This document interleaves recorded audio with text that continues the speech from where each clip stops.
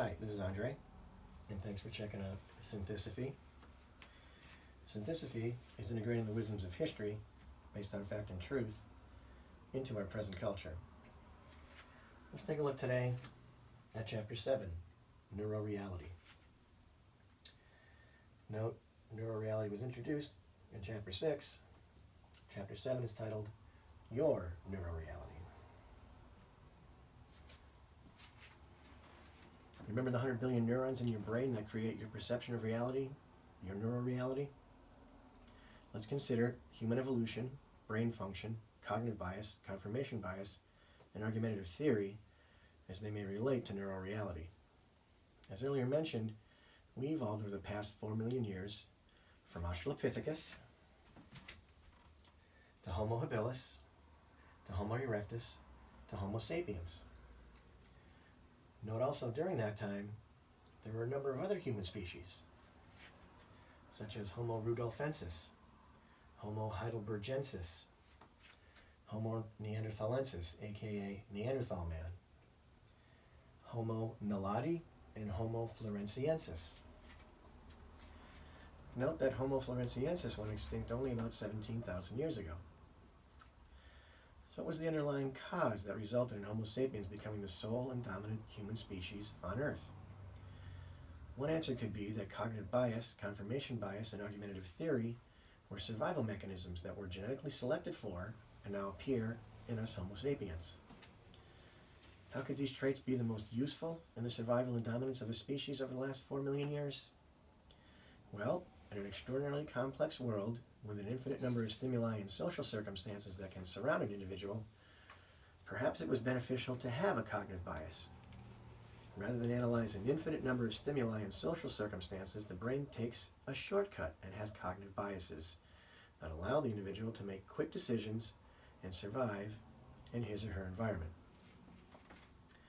Let's take a closer look at Australopithecus.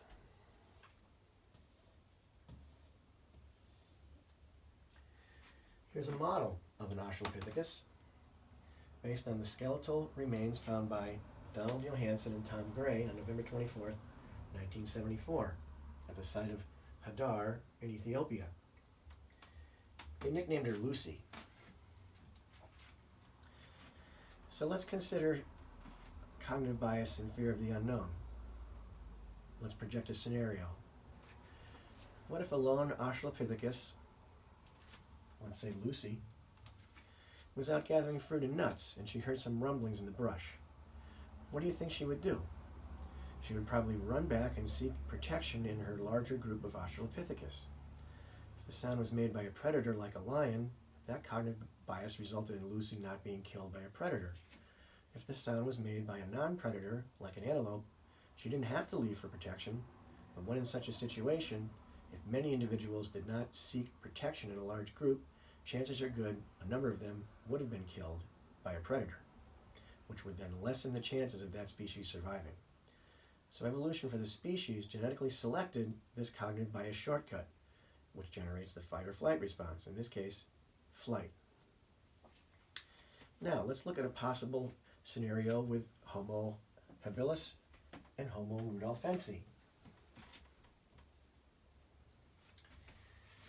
What if there was a group of Homo habilis that looked down from their home base and saw that a group of Homo rudolfensis had set up camp along the river?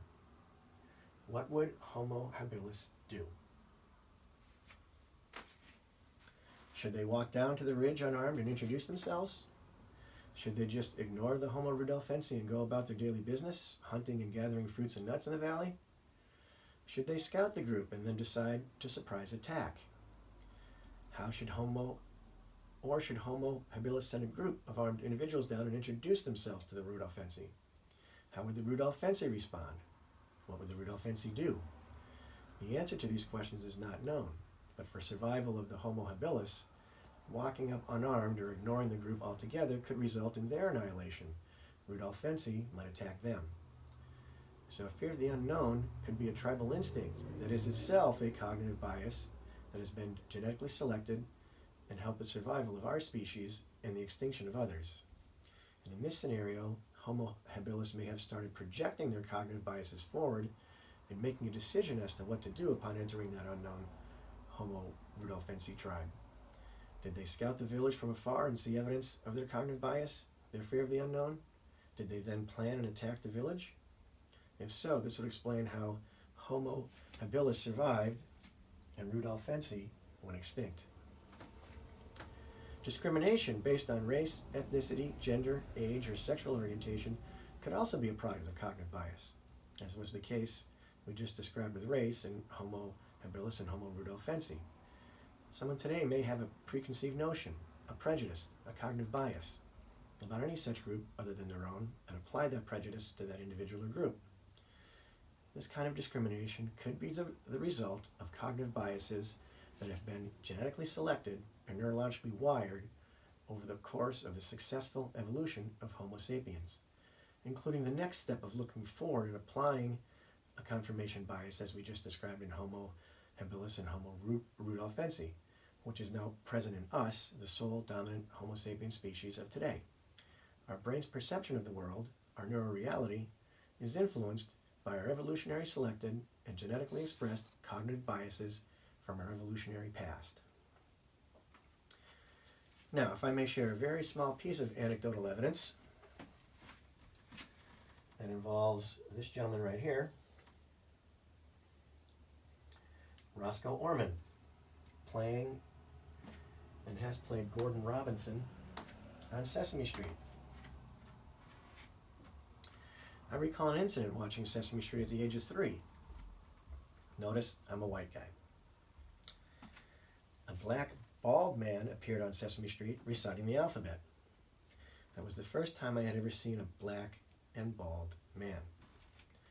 I ran screaming and crying to my mother, yelling, "What's that, Mommy? What's that?"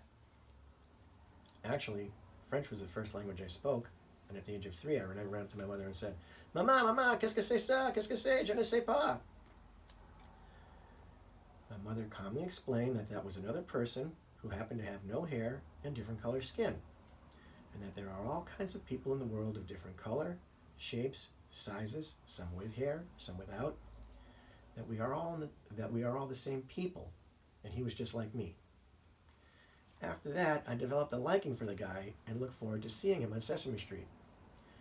But what was it that caused that initial response? At the age of 3, there's no way I could have developed and learned a bias to a black, bald man that I had never seen before. So that bias must have been that genetically selected cognitive bias of fear of the unknown.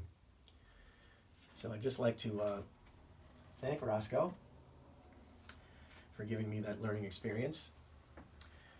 And I believe that that's my actual first memory that I can recall as a child.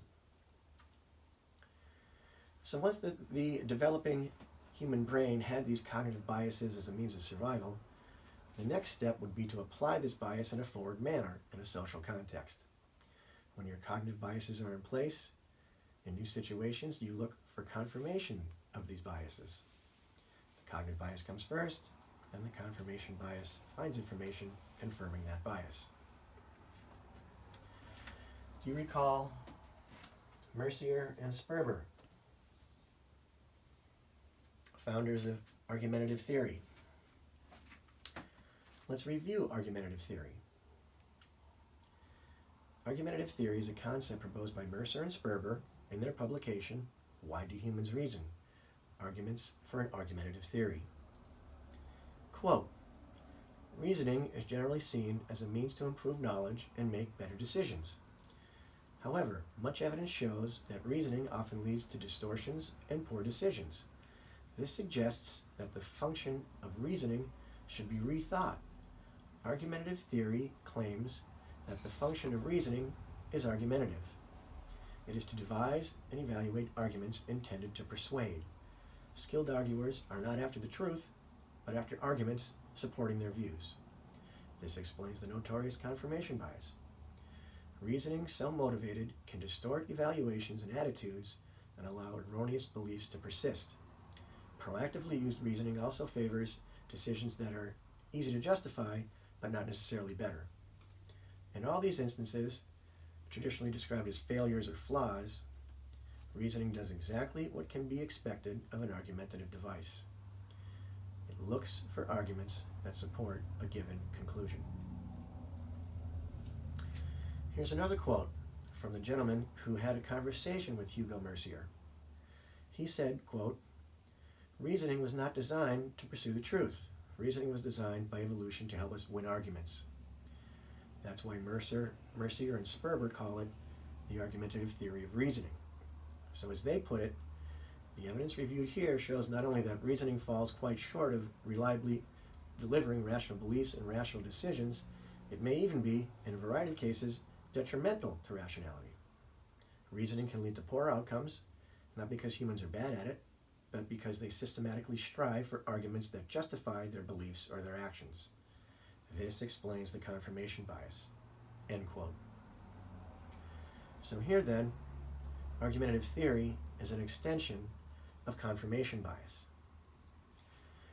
So the argumentative theory, as just stated, is an extension and explains the genetically selected human confirmation bias. So a more expanded explanation of human brain development may be that the genetically selected and neurologically wired cognitive biases resulted in the development of confirmation biases that are applied in the thought process described in argumentative theory. I make this statement from the evolutionary perspective. Have you ever been walking through the woods when suddenly nearby a squirrel runs up a tree or a bird suddenly flies away? You jump. That's the instinctive fight or flight response. That is exactly what the Australopithecus did when she ran away for protection from the rumbling in the bushes. And it's exactly what I did when I ran to my mother after having seen a black bald guy for the first time. This is a bias genetically existent in most animals and us as well, so this could very well be a cognitive hardwired bias. So once such cognitive biases were in place in the animal brain, they could be applied down the evolutionary line in more complex situations. Recall, upon entering the Rudolfensi village with their fear of the unknown and cognitive bias, Homo habilis may have relied on confirmation bias, seeing the evidence of their fear of the unknown, which may have been involved in their decision as to what to do, which may very well have been to attack the Homo rudolfensi.